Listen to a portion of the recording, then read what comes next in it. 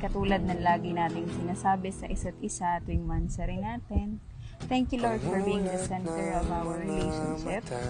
10 years ago, una tayo nagkita sa Frex o tinatawag na Parish Renewal Experience at tuluyang nagkakilala ng isali kami ni Brother Nursing sa Parish Youth Ministry. Di ko naman akalain na magiging boyfriend kita at di nga kita type na. Ganda yan. Maaring nating harapin pag hindi alam ang kasagutan. Unang-una sa lahat, salamat sa Diyos sa paggabay sa atin at sa bubuhay nating pamilya. At siyempre, salamat din sa iyo sa walang sawang pagsuporta sa lahat ng ginagawa ko. Sa sagrado mong kabuuhan, ngunit ay nahiwagaan. Ako na sa'yo Happy for you because you finally settled. Hindi, ayun. Attitude naman to. Itataya pati pato sagad ang aking pag-ibig.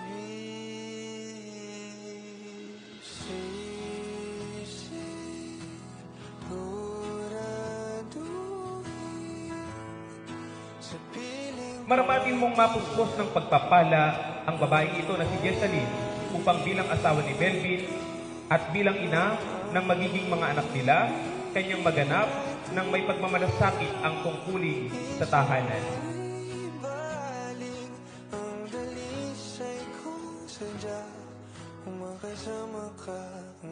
Sa pagtanda,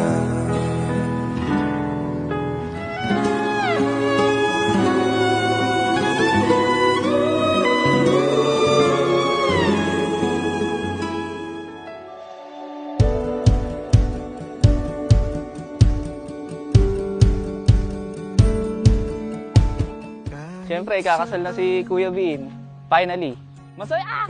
Masaya ako! Ate Jessa, congrats. Sana mapasaya ka ni Kuya. Alam mo naman yun. Loko-loko.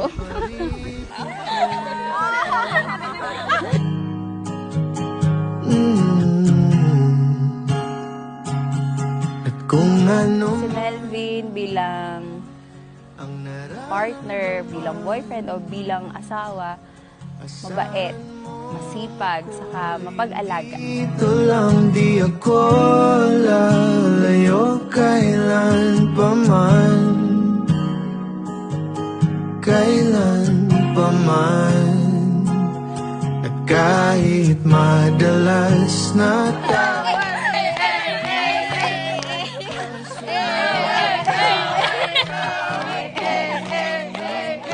uwian,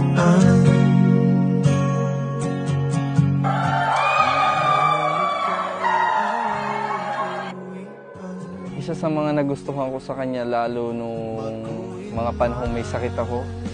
Siyempre may sakit. Parang hindi mo kaya katawan mo. Isang kalabit mo lang doon, babangon agad yun. Yun yung parang hanggang feeling ko hanggang sa pagtanda ko ba meron na akong makakasama talaga. Yung sa part na yun, yung isa sa pinaka hindi ko makakalimutan. mga kuya,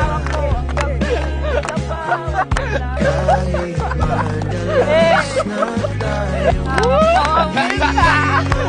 Lambot! ikaw pa rin ang uuwi. Bessie, tandaan mo kahit may asawa ka na, gagala pa din tayo. Mahal ikaw